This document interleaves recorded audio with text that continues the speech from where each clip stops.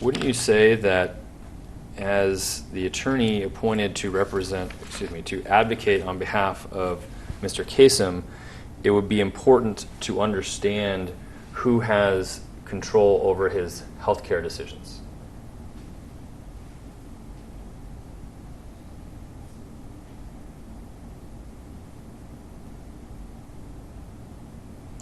In the context of a petition for appointment of conservator, existing and prior health care powers of attorney and advanced health care directives are relevant but not determinative, yes.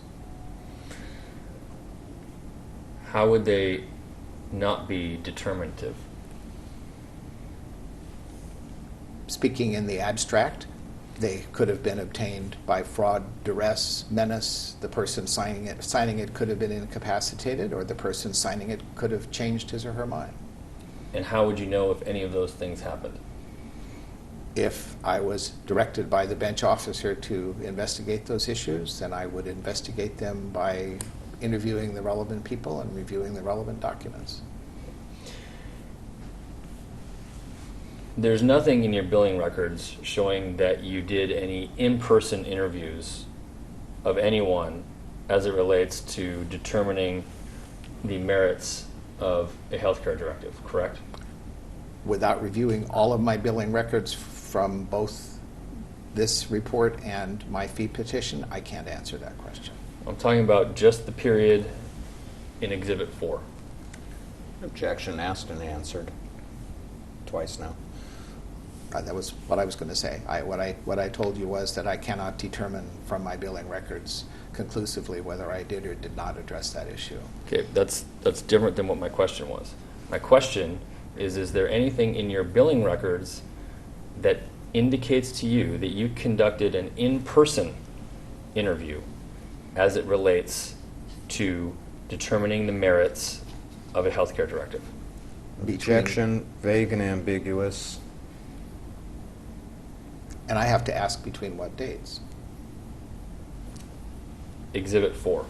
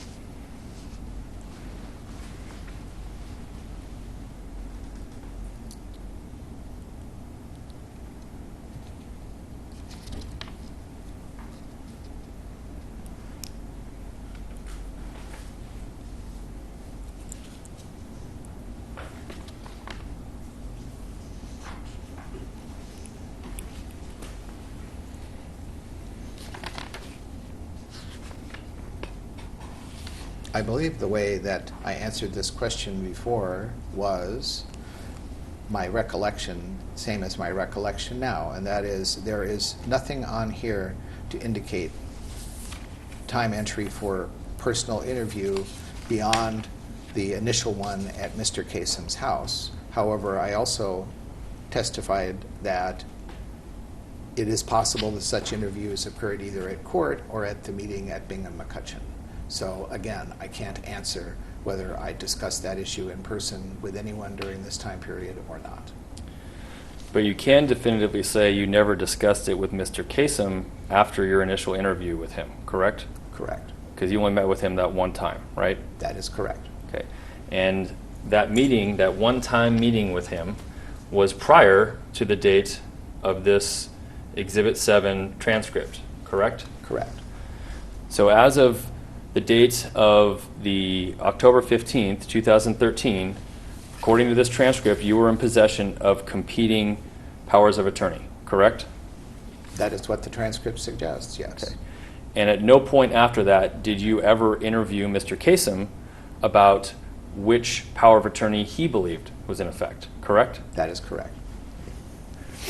At no point after that you never interviewed Ms. Kasem, Ms. Jean Kasem, about which power of attorney she believed was correct.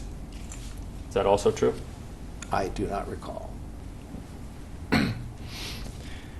Did you ever have any conversation with any attorneys who prepared estate planning documents on behalf of Mr. Kasem? I don't recall.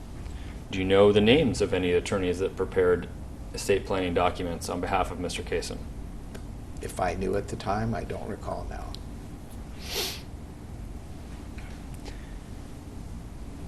Would it be safe to say that if you had a conversation with an attorney for that prepared Mr. Kasem's estate planning documents, that it would show up in your billing records?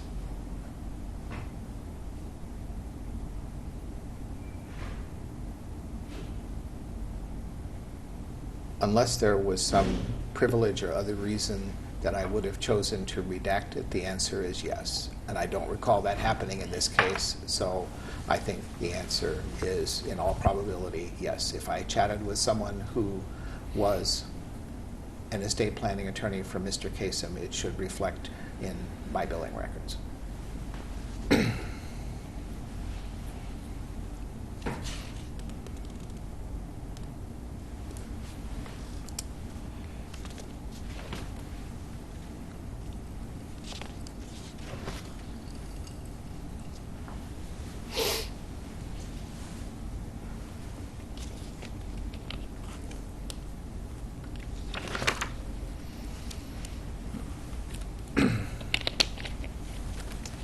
Do you know Joseph Deering?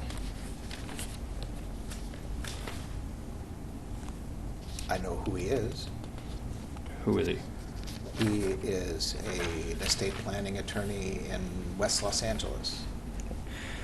Do you recall that he prepared Mr. Kasem's estate planning documents?